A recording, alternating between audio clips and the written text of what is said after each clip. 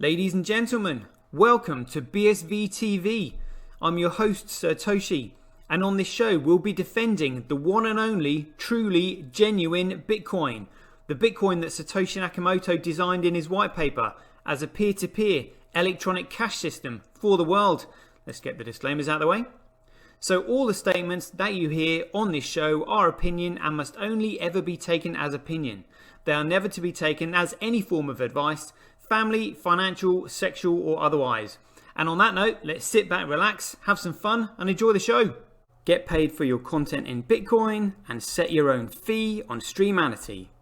Yeah, I'm not surprised I wasn't asked why I'm convinced Craig is Satoshi. I posted on Reddit. He signed in my presence using the private key from block number one, the very first mined Bitcoin block, on a computer that I'm convinced had not been tampered with, on software I'm convinced that had not been tampered with, a message of my choosing. At InChain, we've just funded a number of universities doing, so far, a test up to 1 gigabyte because it validates what we've already done independently. We've tested up to 380 gigabyte blocks. We've tested 1 million transactions a second and transaction sizes up to 20 megabytes. Super complex scripts, basically ones that can run operating systems. That's basically all of global commerce times about 50. On top of that, we can have complex scripts. On top of that, we can scale each of those transactions 1,000 times, which effectively means about 1 billion transactions per second, which means we can then have all derivatives, all complex trades. That means high frequency trading. It means everything that happens globally. Is the market that effectively BSV is going for, is that global e-commerce, which is currently valued at $29 trillion? No, that's too small. Buy and sell Bitcoin instantly at bsvgravity.com. And you can now book and pay for your winter holiday at skibsv.com.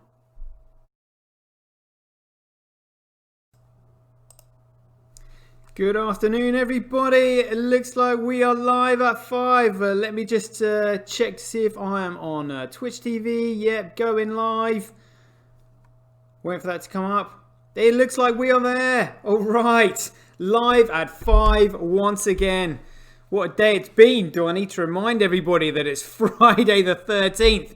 Not that I'm superstitious or anything, but obviously, you know, just got to keep your wits about you, on this particular day. Because I have had some shit happen to me in the past. So it's just I thought, right, whenever we hit a Friday 13th, just going to make sure I get through it and wake up the next day. That's the main thing. But before we get into the gossip, let's just have a quick rundown of the crypto forecast, the strength of the system, the health of the network.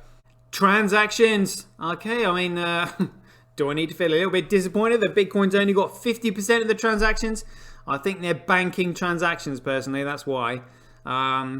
So something will be up with MetaStream, WeatherSV, whatever some of the other apps are that they've been testing, Air app, some other stuff, but they're just demos as to how the network can actually be used. B crash has gone up to 3.6. That's the highest I've ever seen it.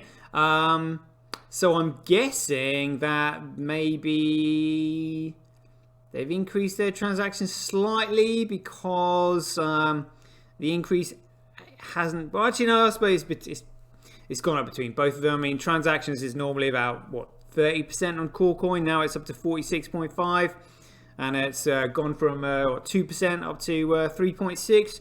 So yeah, I mean that's roughly a 30% increase for B crash, and maybe probably 30%. That would make sense. Block sizes. So it looks like the block size has gone down a little bit on Bitcoin. So that is definitely data banking for something, testing something out. Block size, B crash has gone up to 5.2. Block size on CoreCoin is 60.7. So let's have a look at the transactions. We will still try and find the biggest block on B crash. All right, so that's in 134, 228, 303. See what else there is on there. I can't imagine there'd be much more. 354. I think that's the biggest one that I can spot. If you spot another one while my eyes are casting over it, just let me know. Okay, that looks like the biggest one, 354. Again, cool coin. Basically, just keep our eyes shut on that because it's never going to change because the block size is restricted. Absolutely ridiculous. And now let's have a look at Bitcoin. So we've got a 5 megabyte block, which is 5,916 kilobytes, mined by Tal. Hathor chomping away at these empty blocks. But again, like, 900, 500 in comparison to Bcrash. Another 1.1 megabyte block, 2.6, 3.2, which is 3,271 mined by Tal. So again, I mean, it's like at least three times what they've got on CoreCoin, and 10 times what they've got on Bcrash. Brilliant. And Bitcoin, here we go. So Hathor with 28.4. Seriously, CoinDance, you're going to do this to me now on my favorite part of the show. Come on, sort it out. Let's get back there. Do I have to move this again? Here we are.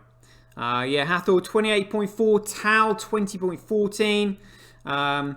Somebody was talking about the Tal share price the other day. Again, the share price I very much suspect is going to correlate with the price of Bitcoin. So I mean, it's going to be huge soon. Huobi 10.4. I mean, again, we heard some issues about Huobi the other day, which they of course have denied. But anyway, Mempool, Norpool have increased their hash rate on there via BTC. F2 Pool 4.8 now. BTC.com 1.3. Matterpool is on there. I think that's one of the first times I've seen a Matterpool. Good to see them increasing their percentage share. SV Pool on there. Pro hashing. Oh, Binance is back on there for whatever reason. 0.69%, and then other mining pools. Seriously. All right. Well, that was CoinDance taken care of. Now let's have a quick look at the shitcoin market. See what has been going down. So the market. Well, again, I don't know how consistent CoinCap is on this, but now they're saying there is a $466 billion market. CoreCoin has pushed past 16,000 and is currently fluctuating at just above that. So let's see what that's done for the week. So it's 4.3% for the week on the month. So it's actually up 40% within the month. But again, this is the PayPal pump. It's just simply associating, this shitcoin, this CoreCoin, with PayPal. But again, I mean, these shitcoiners don't understand that what PayPal are actually doing is devaluing it, because even though they're allowing people to purchase Bitcoin through PayPal, so yeah, I mean, maybe it gives people access to it. The fact is they're paying commission when they buy it, and then if they want to use it to purchase something, they dump it and convert it to fiat currency in order to pay the merchants. So literally, it's just, like I said before, it's just simply a Ponzi scheme. It is number go up. It is nothing more. I mean, hopefully, with number go up on CoreCoin, I mean, it would be nice if it correlated to number go down on BSV. More people piling in here, which this is an absolute piece of shit. So it means that we get better value for money when we're actually buying the genuine Bitcoin. And I was talking about this with somebody earlier today who was actually genuinely interested. Oh, we got a 2.2% increase today on Bitcoin. Ooh, nearly confused it with CoreCoin there. Oh, good. So it's down on the week. Yep, still great prices to be getting in at. Like fantastic prices. Yep. Down on the month, a monthly low.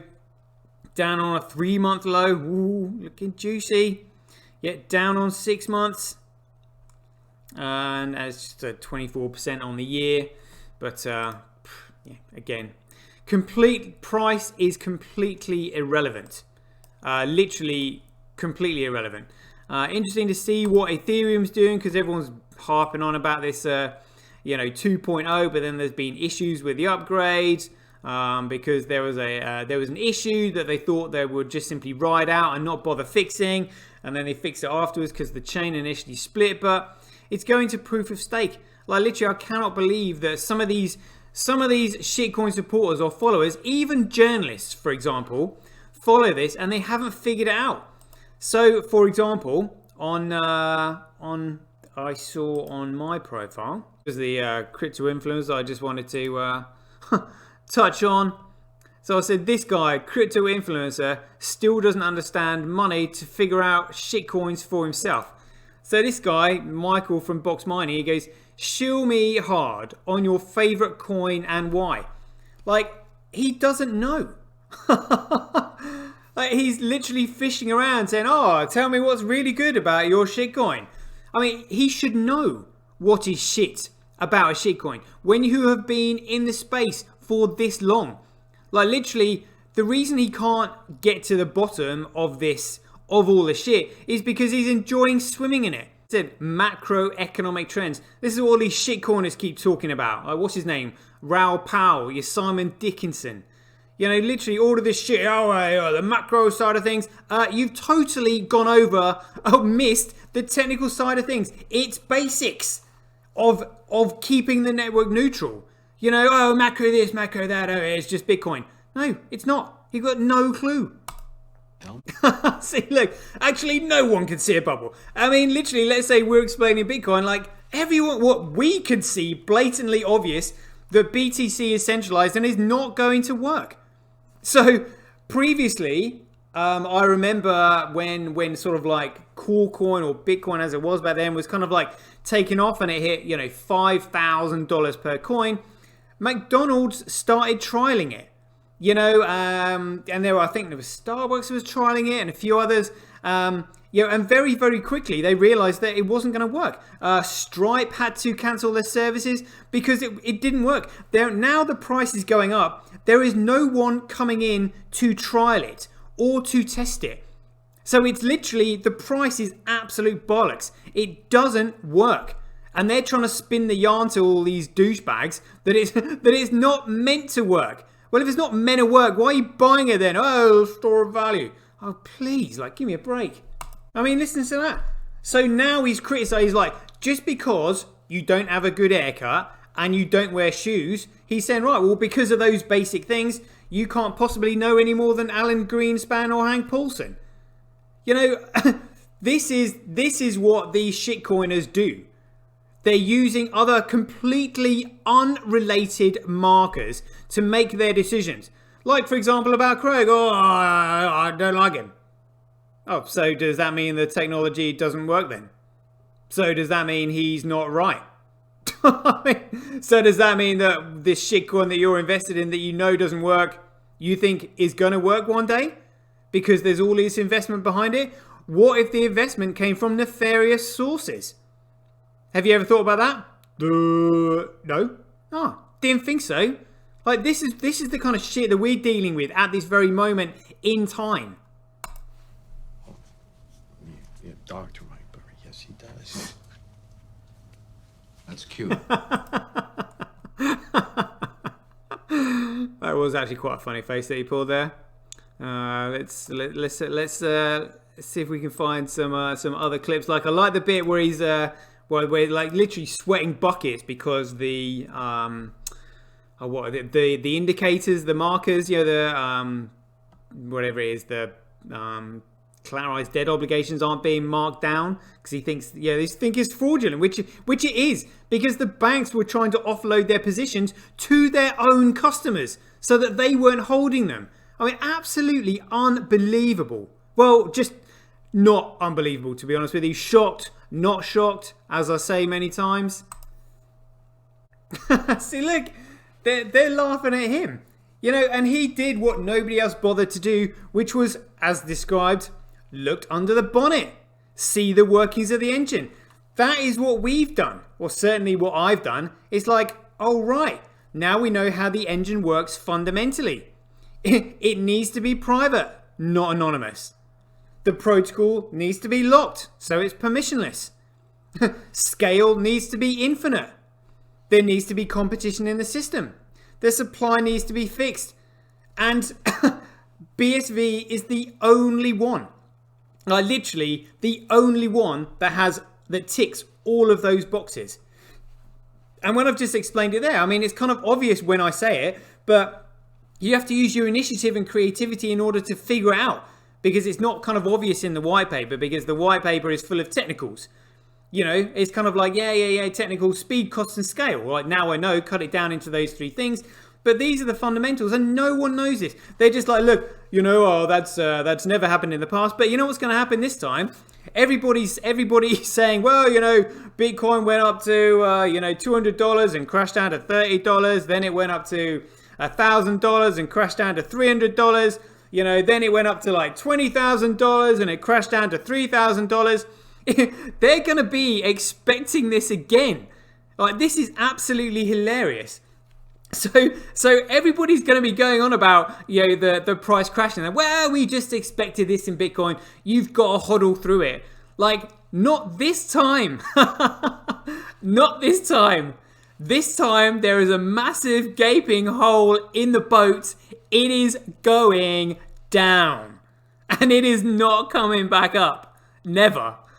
So, you know, that's all you've got to think about. So, like, when you see number go up, and again, talking about number go up, I just want to mention this again briefly.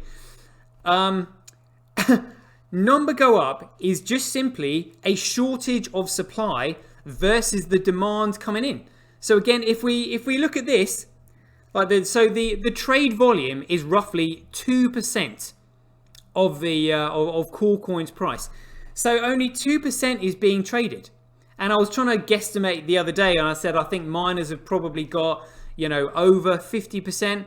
I actually think, you know, I keep, again, I'm just guesstimating, but when I think, like, you know, the top miners, let's have a quick look at them. So like the miners, here we go. Get these mining charts on CoinDarts.com. Let's get to these. Just going off on a tangent here, ladies and gentlemen, but nothing better than going off on a tangent.